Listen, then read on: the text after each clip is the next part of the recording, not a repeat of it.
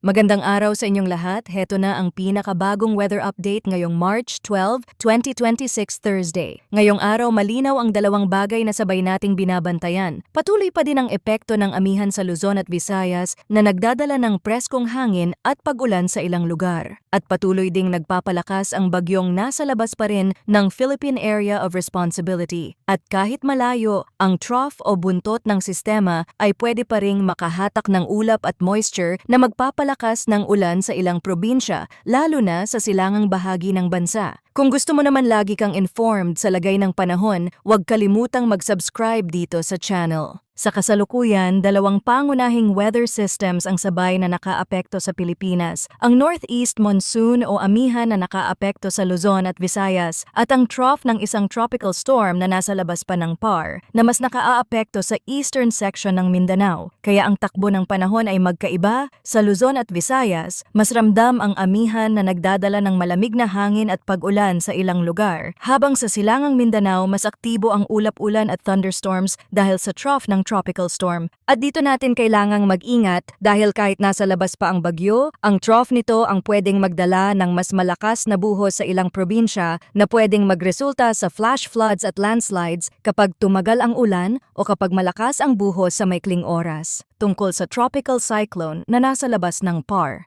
Ngayong umaga ang Tropical Storm Nuri ay nasa layong 1,415 kilometers east ng Eastern Visayas. Ang maximum sustained winds nito ay 65 kilometers per hour malapit sa sentro at ang gustiness ay pwedeng umabot hanggang 80 kilometers per hour. Ang kilos nito ay east-northeastward sa bilis na 10 kilometers per hour. Mahalagang tandaan ang direksyon na ito dahil ipinapakita na gumagalaw ang sistema papalayo. Pero habang nasa malawak na karagatan pa, maaari pa rin nitong maimpluwensyahan ang daloy ng hangin at moisture na umaabot sa atin, lalo na sa mga lugar na nakaharap sa silangan. Sa forecast weather conditions sa mga lugar na may mas mataas na tsansa ng ulan dahil sa trough ng tropical storm. Para sa Dinagat Islands at Surigao del Norte, inaasahan ang maulap na kalangitan na may scattered rains at thunderstorms dahil sa Tropical Storm Nuri. Ibig sabihin ang buntot o trough ni Nuri ang nagdadala ng mas maraming ulap at moisture sa area. Dahil ang ulan ay maaaring moderate hanggang paminsan-minsan ay heavy, posible ang flash floods at landslides. Kung nasa Dinagat Islands at Surigao del Norte kayo, bantayan ang biglaang pagtaas ng tubig sa mga ilog at sapa, iwasan ang pagtawid sa rumaragasang tubig,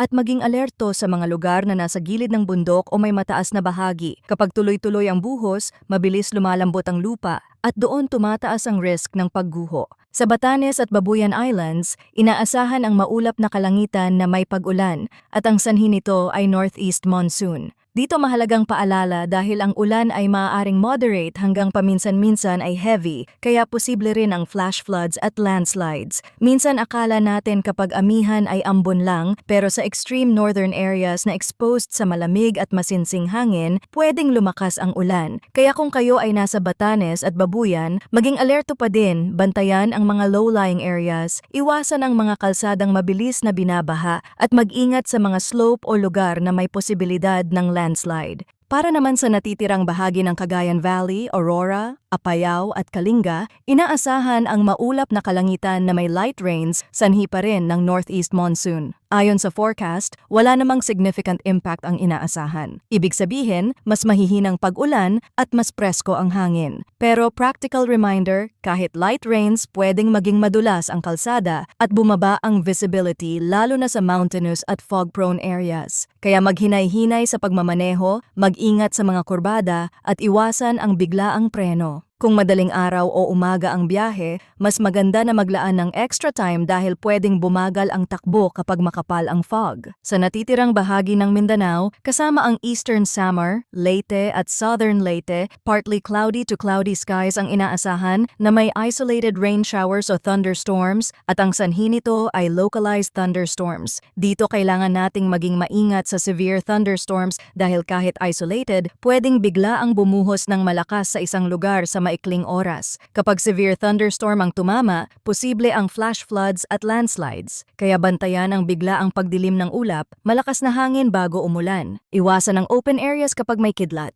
Para naman sa Metro Manila at sa natitirang bahagi ng bansa, partly cloudy to cloudy skies ang inaasahan na may isolated light rains, sanhi ng northeast monsoon. Ayon sa forecast, wala ring significant impact ang inaasahan. Ibig sabihin panandali ang ambon o light rains lang, pero sa Metro Manila kahit light rains pwedeng magdulot ng traffic at madulas na kalsada. Sa hangin at kondisyon ng karagatan, dahil dito pinakamabilis lumalabas ang panganib para sa sea travel. Para sa northern at eastern sections ng Luzon, inaasahan ang moderate to strong na hangin na mula northeast at ang coastal waters ay moderate to rough na may taas ng alon mula 2.5 hanggang 3.8 meters. Ito ay delikado para sa maliliit na bangka at sea travel lalo na sa mga baybaying exposed sa amihan. Kung may planong pumalaot, mas mainam na ipagpaliban at sumunod sa abiso ng lokal na otoridad. Iwasan ang paglapit sa dalampasigan kapag malakas ang alon dahil pwedeng magkaroon ng biglaang hampas, lalo na sa mga exposed na baybayin at seawalls. Para naman sa eastern sections ng Visayas at Mindanao,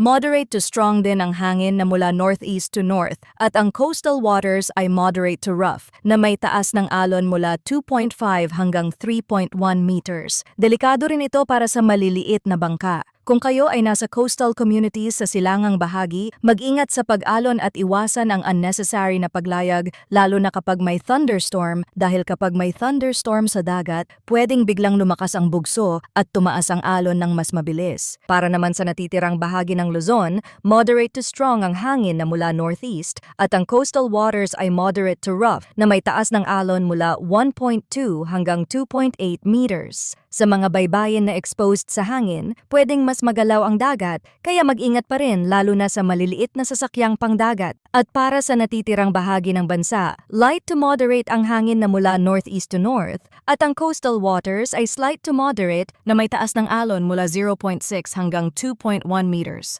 Mas manageable ito pero tandaan, kapag may thunderstorms, pwedeng biglang lumakas ang hangin at tumaas ang alon, kaya huwag ipilit ang paglayag kapag dumidilim ang ulap sa may karagatan. Ngayon, meron tayong extremes of temperature at relative humidity para sa 24-hour period na nagtatapos ng 8 o'clock p.m. yesterday. Ang minimum temperature ay 20.2 degrees Celsius na naitala bandang 5 o'clock a.m. Ang maximum temperature naman ay 30.6 degrees Celsius na naitala bandang 2 o'clock p.m. Pagdating sa humidity, ang minimum relative humidity ay 46% na naitala bandang 11 o'clock a.m. at ang maximum relative humidity ay 85% na naitala bandang 5 o'clock a.m. Ibig sabihin, mas humid ang hangin sa madaling araw, bumababa habang umiinit ang araw, pero kapag dumating ang ulan at kumapal ang ulap, tataas ulit ang halumigmig at mas lalagkit ang pakiramdam, lalo na sa mga lugar na may mas aktibong buhos. Sa latest tropical cyclone threat potential update ngayong week 1, nananatili si Tropical Storm Nuri sa eastern boundary ng TCAD outside PAR. Ang nakikitang galaw ay generally northeastward kaya walang inaasahang direct impact or landfall threat sa Pilipinas. Para naman sa week 2, March 17 hanggang March 23, sinasabing may low probability ng TCLV formation over the Philippine Maritime Domain, kaya ang tropical cyclone development ay unlikely sa week 2. Sa madaling salita, sa long-range outlook, mababa ang tsansang may bagong mabubuong bagyo sa loob ng sakop natin sa week 2. Pero ito ang mahalagang paalala. Kahit papalayo si Nuri, maaari pa rin nitong maimpluwensyahan ng ibang weather system na umiiral sa bansa. At ngayong week, posible tayong makaranas ng isa pang bugso ng amihan. Ibig sabihin, pwedeng lumakas ang northeast winds. Mas maramdaman ang preskong hangin at sa ilang lugar lalo na sa silangang bahagi ng Luzon at Visayas, pwedeng dumami ang ulap at ulan bago tuluyang pumasok ang mas mainit at mas tuyo na kondisyon ng panahon. Kaya manatiling alerto lalo na sa mga lugar na binanggit na may scattered rains at thunderstorms at sa mga baybaying may mataas na alon. Maraming salamat at mag-ingat po tayong lahat.